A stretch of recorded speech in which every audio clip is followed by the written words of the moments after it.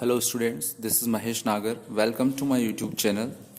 चलिए स्टार्ट करते हैं हम सेकंड पार्ट, जो कि आपकी class 12th special English 6th lesson if the well goes dry का सेकंड पार्ट है, जहाँ पर जो राइटर है हमें 5 थ्रेड्स के बारे में बताते हैं और उनको एक्सप्लेन उन्होंने किया है। तो 2 थ्रेड्स हम रीड कर चुके थे, समझ चुके थे क्या कहना चाह रहे हैं। हम नेक्स्ट थ्रेड की तरफ चलते हैं, स्टार्ट करते हैं। Another threat to the Earth's water system involves massive change in the land use pattern, especially widespread deforestation. दूसरा जो थ्रेट है वो है डिफॉरेस्टेशन। वो क्या कहना चाह रहे हैं कि जो सबसे मैसिव या सबसे बड़ा जो है वो क्या है, जो बदलाव हो रहा है, चेंज हो रहा है किसमें, लैंड यूज पैटर्न में। लैंड यूज पैटर्न मीन्स क्या होता है, we are using land in different patterns. Like हम पेड़ों को काट कर और उस जमीन का यूज जो है वो फैक्ट्रीज वगैरह स्टार्ट लगाने के लिए, रोड्स वगैरह बनाने के लिए, या किसी भी तरह का कंस्ट्रक्शन करने के लिए हम उसका कर रहे हैं। तो जो डिफॉरेस्टेशन जिसकी वजह से हो रहा है, तो वो डिफॉरेस्टेशन जो है वो थर्ड मोस्ट डेंजरस थ्रेट है for the global water system. The destruction of a forest can affect the hydrological cycle. Hydrological cycle means जो redistribution है या distribution system है वाटर का, नेचुरल डिस्ट्रीब्यूशन सिस्टम, उसको हाइड्रोलॉजिकल, हाइड्रो मीन्स वाटर होता है, तो हाइड्रोलॉजिकल साइकिल का मतलब होता है जो वाटर साइकिल है, डिफॉरेस्टेशन होने से या डिस्ट्रक्शन होने से, फॉरेस्ट का डिस्ट्रक्शन मतलब फॉरेस्ट का नाश होने की वजह से हाइड्रोलॉजिकल साइकिल जो है उसमें क्या होगा, in a given area means किसी पर्टिकुलर एरिया में जहां पर डिस्ट्रक्शन हुआ है, just as surely as the disappearance of a large inland sea. Large inland sea मतलब कि जो लैंड पर जो वाटर बॉडीज है, लाइक रिवर है ना, इसके अलावा तालाब वगैरह, वो क्या होंगे, वो सूखने लगेंगे, वो डिसअपियर हो जाएंगे, मतलब वो गायब होने लगेंगे, उनका पानी खत्म हो जाएगा. More water is stored in the forests of the earth, especially the tropical rainforest, than in its lakes. Generally जो फॉरेस्ट होता है उनमें ज़्यादा पानी होता है. किस तरह से होता है कि जब बरसात होती है और उनकी जड़ों के माध्यम से वो क्या कर लेते हैं, वाटर को सोक कर लेते हैं, मीन्स अर्थ के नीचे ले जाते हैं. तो जो ट्रॉपिकल फॉरेस्ट होते हैं, वो ट्रॉपिकल मीन्स जो उष्ण कटिबंधीय जो वन होते हैं जहां पर गर्मी ज़्यादा रहती है, तो वो पेड़ क्या करते हैं, उस पानी को ज़्यादा सोखते हैं, क्योंकि उनके लिए पूरे साल वाटर अवेलेबल नहीं रहता है, इसलिए वो उसको ज़्यादा सोख कर अपने पास रख लेते हैं ताकि वो सर्वाइव कर सके थ्रू आउट द ईयर. तो जो लेक्स वगैरह में जितना पानी होता है उससे ज़्यादा पानी तो ये पेड़ सोख लेते हैं. Forest themselves produce rain clouds. जो फॉरेस्ट है वो खुद ही क्या करते हैं, रेन क्लाउड्स को प्रोड्यूस करते हैं, पार्टली बिकॉज ऑफ इवेपोट्रांसपिरेशन. इसका मतलब क्या होता है, इवेपोट्रांसपिरेशन का मतलब transpiration is the plant equivalent of sweet. जो आपने देखा होगा कई बार गर्मी के दिनों में जो पत्तियां होती हैं उनके ऊपर पसीना जैसा आ जाता है, कुछ बूंदे आ जाती है ना, वो बूंदे के रूप में पानी क्या होता है, उनकी जो ब्रॉड लीव्स होती है उनके सरफेस मतलब ब्रॉड लीव के सरफेस पर, पत्तियों पर पानी की कुछ बूंदे आ जाती है, वो भी क्या होता है, इवेपोरेशन का एक मतलब एक तरह से इवेपोरेशन ही वो होता है. तो सेम जिस तरह से डायरेक्ट पानी का इवेपोरेशन नहीं होता है, तो वो उन लीव्स के थ्रू होना शुरू हो जाता है. और इसी तरह से जो फॉरेस्ट है वो क्या करते हैं, रेन क्लाउड्स को पार्टली प्रोड्यूस करने में हेल्प करते हैं. इंडीड, वास्तव में, almost immediately after rainfalls on A rain forest. जब हम रेन फॉरेस्ट यानी कि कहीं भी जब पानी गिरता है तो हम देखते हैं कि जैसे पानी गिरा उसके जस्ट बाद हम देखते हैं थोड़ा सा a fine mist begins to float back into the sky. एक बहुत ही धुंध टाइप जो रहता है, धुआं टाइप, वो आकाश में वापस जाता हुआ नजर आता है. Increasing both the humidity in the air and the odds of more rain just down wind. और उससे क्या होता है, वो जो मिस्ट रहती है वो क्या कर देती है, ह्यूमिडिटी को, नमी को और ज़्यादा बढ़ा देती है, आर्द्रता को और ज़्यादा बढ़ा देती है, जिससे जो रेन फॉरेस्ट है वो रेन जो क्लाउड्स है वो क्या हो जाते हैं, भारी हो जाते हैं और नीचे आ जाते हैं हवा के साथ. फॉरेस्ट में also attract rain by producing gases called टर्पेंस and small amounts of compound called dimethyl sulphide. तो जो क्या कह रहा है कि कुछ गैसेस भी ये प्रोड्यूस करते हैं, फॉरेस्ट क्या करते हैं मतलब पेड़ कुछ गैसेस भी प्रोड्यूस करते हैं जिनको टर्पेंस बोलते हैं, और उसके अलावा कुछ स्मॉल अमाउंट में कुछ कंपाउंड होते हैं, एक स्पेशल गैस जिसका नाम क्या है, डाइमेथाइल सल्फाइड, इससे भी जो है वो प्रोड्यूस होते हैं, रेन क्लाउड जो है बनाने में हेल्प होती है।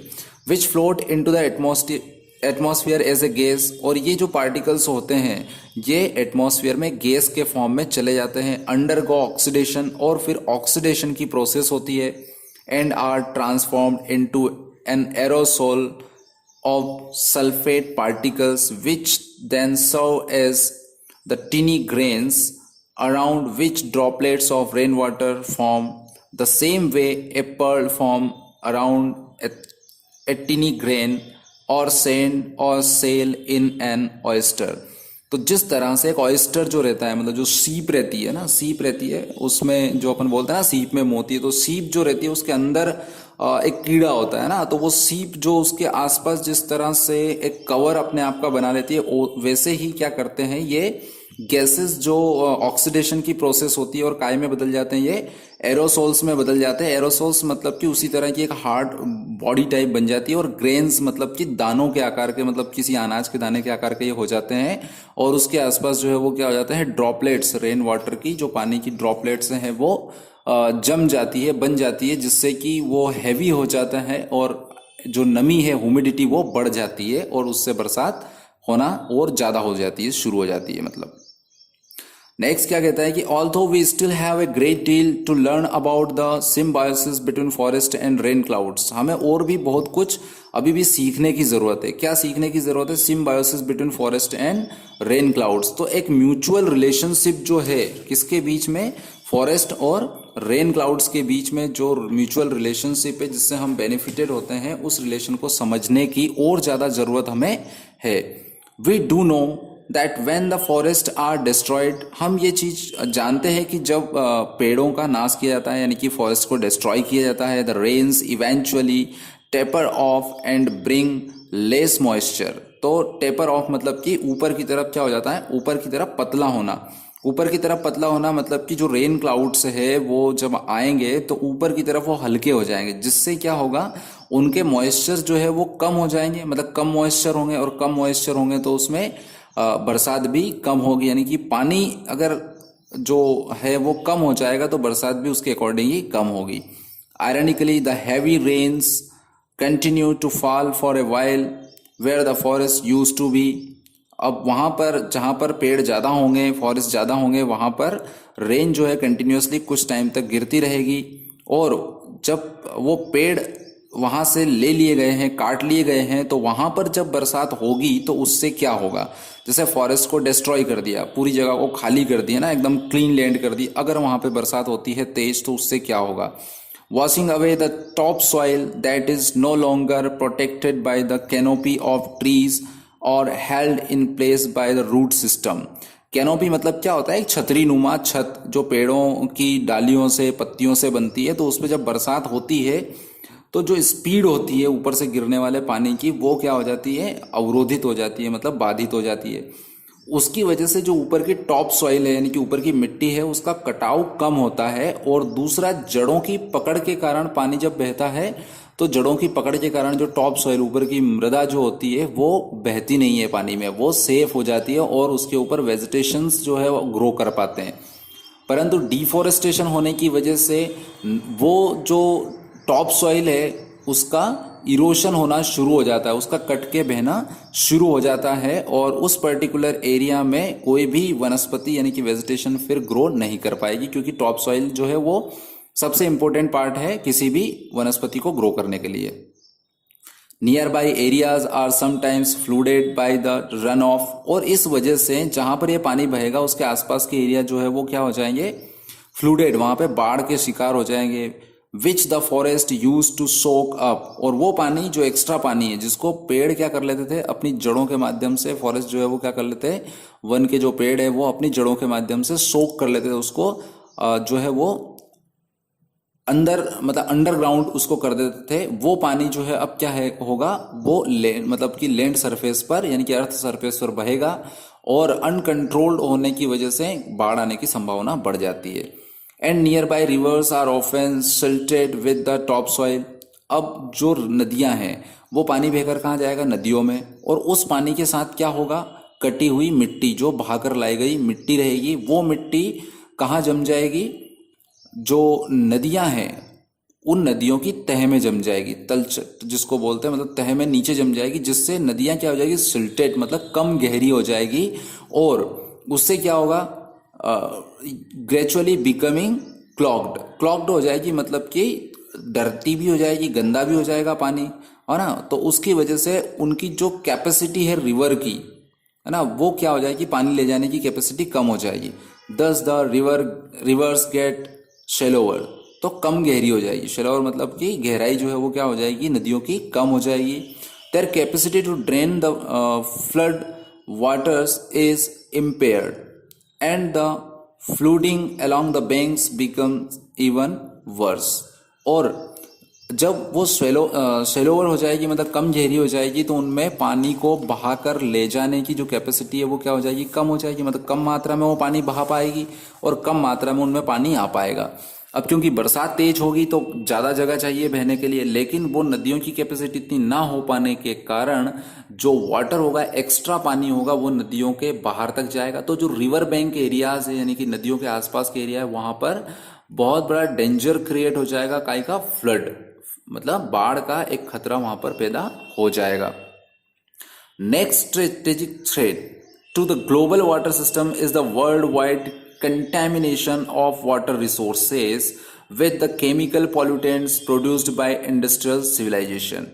तो अगला जो थ्रेट है वो क्या है, पॉल्यूशन का, है ना। कंटेमिनेशन मतलब कि क्या होता है, add mixture, means add some mixture with water and air which reduce the quality of air and water, means पानी और हवा में कुछ ऐसे मिक्सचर ऐड हो जाते हैं जो कि उसको दूषित कर देते हैं, मीन्स उसकी प्योरिटी को कम कर देते हैं। तो अगला थ्रेट यही है, जो किसकी वजह से आता है, स्पेशली हमारे रिसोर्सेज को, वाटर रिसोर्सेज को जो सबसे ज्यादा गंदा या दूषित करता है वो कुछ केमिकल पॉल्यूटेंट्स होते हैं, जो कि कहाँ से प्रोड्यूस होते हैं, इंडस्ट्रियल सिविलाइजेशन से, यानी इंडस्ट्रीज से वो प्रोड्यूस होते हैं।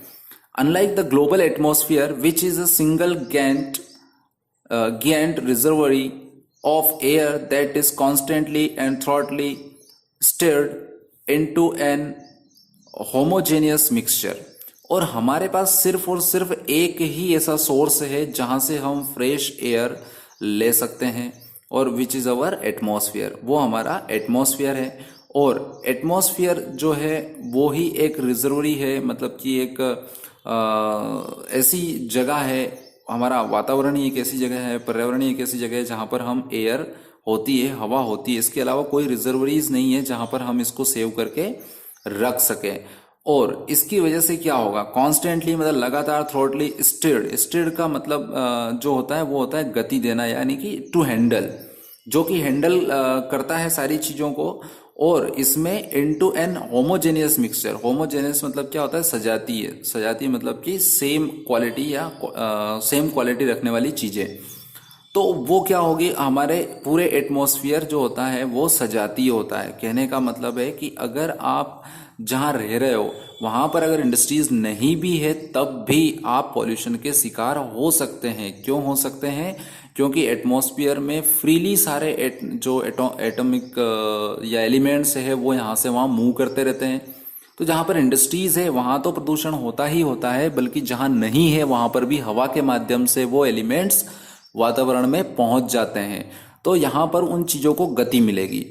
The global water system contains a number of large reservoirs and stores that are not always thoroughly mixed with all the other water on earth। अब हम ये कहते हैं कि मेरे यहाँ पर तो बहुत ज़्यादा अच्छा वातावरण है, हम बहुत सारे पेड़ लगाते हैं, हम कोई भी कूड़ा कचरा जो है वो पानी में नहीं डालते हैं, कोई भी केमिकल पॉल्यूटेंट्स पानी में नहीं डालते, तो हमारे यहाँ का पानी बिल्कुल प्योर है। बल्कि ऐसा बिल्कुल नहीं हो सकता। इसका रीज़न क्या है, जैसे मान लो आपके किसी एक एरिया में बहुत ज़्यादा डर्टी वाटर है यानी कि बहुत सारी जो चीज़ें हैं वो पानी में फेंकी जा रही है, या कुछ केमिकल पॉल्यूटेंट्स है जो कि पानी में डाले जा रहे हैं, या कुछ गैसेस है जो कि वहाँ से उत्सर्जित होकर हमारे एटमॉस्फेयर में मिक्स हो रही है। तो ये सब रीजन जो होगा वो क्या करेगा, ये गैसेस जो है एटमॉस्फेयर में फ्रीली यहाँ से वहाँ मूव होगी, और जब बरसात होगी तो बरसात में ये पानी के साथ जो है वो धरती पर जमीन पर आ जाएगी, और वो वाटर रिजर्वरीज जो कहीं से कहीं तक किसी भी केमिकल पॉल्यूटेंट्स के कांटेक्ट में नहीं आई है, जिसमें कचरा नहीं डाला गया है, वो वाटर बॉडीज जो है वो वाटर रिजर्वरीज जो है वो भी क्या हो जाएगी, पॉल्यूट हो जाएगी। इसका रीजन यहां पर भी दिया है, because molecular circulate freely through out the global atmosphere, है ना। ये इंडिया, पाकिस्तान, अफगानिस्तान, अमेरिका किसी को नहीं समझती, इधर कोई बॉर्डर नहीं होती है, ये फ्रीली पूरे एटमॉस्फेयर में, ग्लोबल एटमॉस्फेयर में ये घूमते रहते हैं।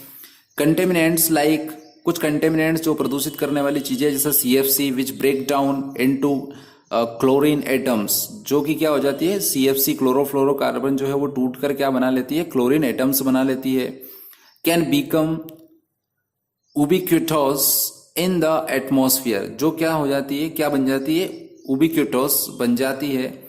अब उबिक्विटोस का मतलब क्या होता है, एक तरह से देशव्यापी, मतलब कि पूरे जहां में ये फैल जाती है, in the atmosphere everywhere on the earth, earth में सभी जगह पर ये क्लोरीन एटम्स जो है वो फैल जाते हैं। That is not true with the global water supply, और ये ग्लोबल वाटर सप्लाई के लिए सही नहीं है। क्यों नहीं है सही, क्योंकि हम कहते हैं ना कि जैसे एक नदी किसी एक कंट्री में बह रही है तो वो दूसरी कंट्री में वो पानी नहीं ले जा सकती, परंतु जो क्लोरीन वगैरह जो एटमॉस्फेयर में जो गैसेस और गैसेस के जो हार्मफुल गैसेस के एलिमेंट्स है वो तो फ्रीली मूव कर सकते हैं। उधर तो कोई ऊंची नीची जगह नहीं होती है, उधर तो कोई ढालान नहीं होता है, उधर तो सब जो है वो यहाँ से वहां एटमॉस्फेयर में फैल जाते हैं। It is in the third world, third world का यूज यहां पर किया है। थर्ड वर्ल्ड का मतलब क्या होता है कि जनरली फर्स्ट वर्ल्ड से मीन्स है फर्स्ट वर्ल्ड वार, है ना, जो कोल्ड वार हुआ था, और उसके बाद जो है दूसरा जो सेकंड वर्ल्ड वार। तो थर्ड वर्ल्ड जो है वो मतलब क्या हो रहा है, थर्ड वर्ल्ड उस चीज से रिलेटेड है या उस दुनिया से रिलेटेड है जो आने वाला टाइम है, ड्यू टू पॉलिटिकल रीजन और due to any other reason. तो इन द थर्ड वर्ल्ड क्या बोला, in the third world however where the effect of water pollution are most keenly and tragically felt in the form of high rates of deaths from cholera, typhoid, dysentery and diarrhoea from both viral and bacteriological sources. अब third world जो है उसमें क्या होगा, जैसे कि पानी से, अपने डॉक्टर को भी कहते हुए सुना होगा कि आप पानी ज़्यादा पीजिए जब भी आपकी तबीयत खराब होती है ना, पानी को उबाल कर पीजिए। तो उसका रीज़न क्या है कहने का, उसका रीज़न ये है कि मैक्सिमम जो डिसीज होती है वो आपके पेट से शुरू होती है, और पानी जो है वही एक ऐसी चीज़ है जो आपके पेट में सबसे पहले जाता है, और सबसे ज़्यादा हम पानी ही, खाने से ज़्यादा हम पानी पीते हैं, तो उससे कई सारी प्रॉब्लम्स हो जाती है। और यहाँ पर जितनी भी डिसीज के नाम दे रखे, cholera, typhoid, dysentery and diarrhoea, ये सारी जो है वो या तो वायरल या तो बैक्टीरियोलॉजिकल सोर्सेज से ये बीमारियां फैलना शुरू हो जाएगी, जिससे जो डेथ रेट है वो बढ़ना शुरू हो जाएगा। More than 1.7 billion people do not have an adequate supply of safe drinking water. पूरी दुनिया में लगभग 1.7 बिलियन पीपल जो है उनके पास safe drinking water facility available नहीं है, यानी कि वाटर उनके पास pure water, drinking water available नहीं है। More than 3 billion people do not have proper sanitation and are thus at risk of having their water contaminated, है ना। तो 3 मिलियन पीपल ऐसे हैं दुनिया में जिनके पास सैनिटेशन की प्रॉपर व्यवस्था नहीं है। सैनिटेशन का मतलब क्या होता है, एक तरह से हाइजीन या स्वास्थ्य रक्षा या सप्लाई, जो सफाई वगैरह होती है उस सफाई की और इलाज की, स्वास्थ्य की प्रॉपर सुविधा ना हो पाने के कारण, और उनके पास जो वाटर है वो भी क्या है, कंटेमिनेटेड वाटर है, यानी कि वो दूषित वाटर है, तो वो हाई रिस्क पर है। उनका मतलब जो 3 बिलियन पीपल है उनके पास वाटर तो अवेलेबल है, बट उनके पास सैनिटाइजेशन की प्रॉपर व्यवस्था नहीं है पानी को दूषित होने से रोकने के लिए, इसलिए ये भी रिस्क पर है। इन इंडिया, अगर इंडिया की बात करें तो for example 114 towns and cities dump their human waste and other untreated sewage directly into the Gangas. तो इंडिया की अगर हम बात करें तो गंगा सबसे बड़ी नदी है और यहाँ पर लगभग 140 ऐसे टाउन और सिटीज है जो डायरेक्टली अपना ह्यूमन वेस्टेज और दूसरे अनट्रीटेड जो सीवेज है वो डायरेक्टली गंगा में छोड़ देते हैं। मतलब कि जो सबसे बड़ी वाटर कैरी करने वाली हमारी रिजर्वरी है उसको ही लोग प्रदूषित कर रहे हैं।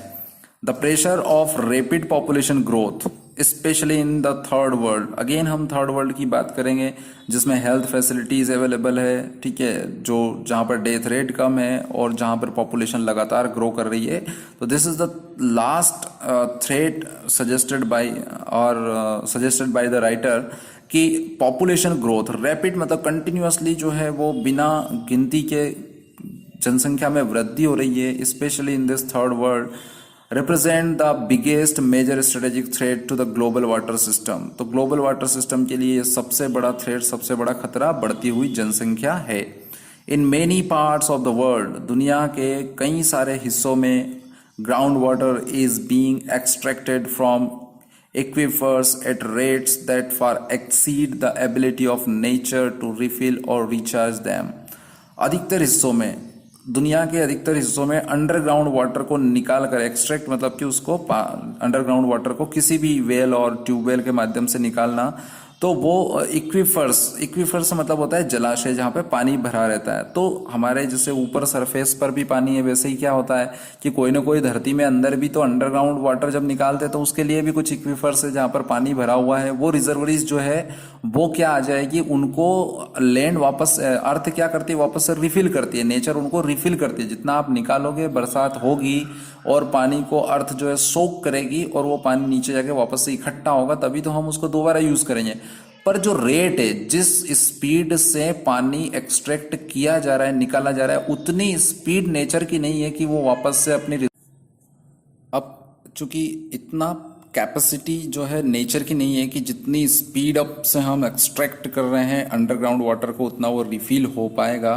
तो इससे क्या होगा, अंडरग्राउंड वाटर की स्कैरसिटी भी क्रिएट हो जाएगी।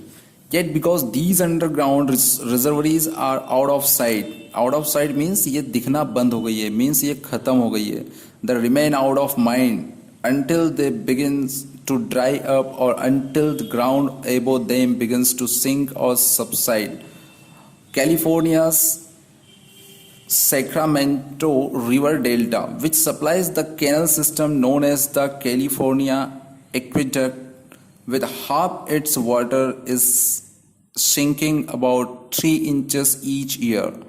मीन्स सिंपल वर्ड्स में मैं आपको एक्सप्लेन करता हूं कि जब तक हमें ये बात समझ में नहीं आएगी तब तक कि ये सारा वाटर सिंक ना हो जाए। सिंक मीन्स जो ना केवल जो अंडरग्राउंड वाटर है, अंडरग्राउंड वाटर का सोर्स जो है वो क्या है, सरफेस वाटर। अंडरग्राउंड वाटर को आप एक्सट्रैक्ट करेंगे, निकालेंगे तो सीधा सा जो इफेक्ट है उसका वो सरफेस वाटर पर पड़ेगा। सरफेस वाटर जो है वो अर्थ सरफेस जो उसको सोक कर लेगा और वापस से अंडरग्राउंड कर देगा। तो इसका एक एग्जाम्पल दिया है उसने कि ये क्या हो जाएंगे, एक तरह से सबसाइड मतलब लोअर, उसका क्या हो जाएगा, कम हो जाएंगे। क्यों हो जाएंगे कम, किस तरह से, उसका एग्जाम्पल दिया है कि कैलिफोर्निया की एक सैक्रामेंटो रिवर डेल्टा है जो कि कैलिफोर्निया की सबसे बड़ी जो कैनल सिस्टम है उसमें वाटर अवेलेबल करवाती है। और जो कैलिफोर्निया है उसका जो मतलब कैनल सिस्टम है उसका नाम क्या है, कैलिफोर्निया एक्वेडक्ट है। तो उस कैनल सिस्टम में जो वाटर है उसकी सप्लाई कम हो गई है। कैसे हो गई है, क्योंकि जो पानी है वो सिंक हो गया है। कितना कम हो गया है, लगभग हर साल वो 3 इंच कम हो जाता है। कहाँ से कम हो जाता है, उस झील का जो स्तर है, जल स्तर उस पूरे डेल्टा का वो कम हो जाता है 3 inches each year. Perhaps because it is getting less sediment. क्यों हो जाता है, शायद वो इसलिए क्योंकि उसका जो तलछट है ना, सेडिमेंट्स मतलब तलछट जो है वो क्या होता है, उसको सोख लेता है, पानी को सोख कर नीचे कर देता है। As a result this area, और इसके परिणाम स्वरूप इस एरिया में क्या हो रहा है, which already had to be protected by a network of levees from being flooded by the ocean. अब जो ओशन है उसके फ्लड से, मीन्स ओशन का जो पानी है जिसमें अपन बोलते हैं ना उफान आता है, जिसकी वजह से इस झील तक वो पानी ना आ जाए, इसकी वजह से कुछ लेवीज मीन्स क्या होता है, artificial embankment has been constructed around the delta. उस डेल्टा के आसपास आर्टिफिशियल एम्बांकमेंट बना दिया है, मतलब कि ईंटों का या पत्थरों की ऐसी बाउंड्री बना दी है जिससे कि जो फ्लड वाटर है सी का वो उसमें मिक्स ना हो।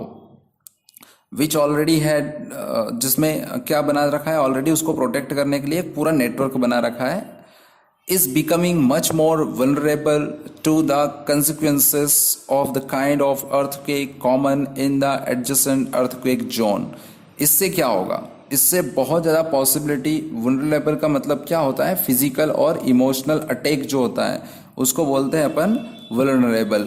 तो एक फिजिकल अटैक हो जाएगा। फिजिकल अटैक क्यों होगा, क्योंकि देखिए सिंपल सा है, जो अर्थक्वेक आता है उसका रीजन क्या होता है, अर्थक्वेक का रीजन ये होता है कि जब किसी पार्ट पर अर्थ के बहुत ज़्यादा प्रेशर बनता है, उस प्रेशर से जो स्टोन प्लेट्स है जो क्रोड में है धरती के, वो टूटने लगती है। वो टूटने से जो बैलेंस है वो बिगड़ जाता है और उससे एक वाइब्रेशन क्रिएट होता है, दैट इज कॉल्ड अर्थक्वेक।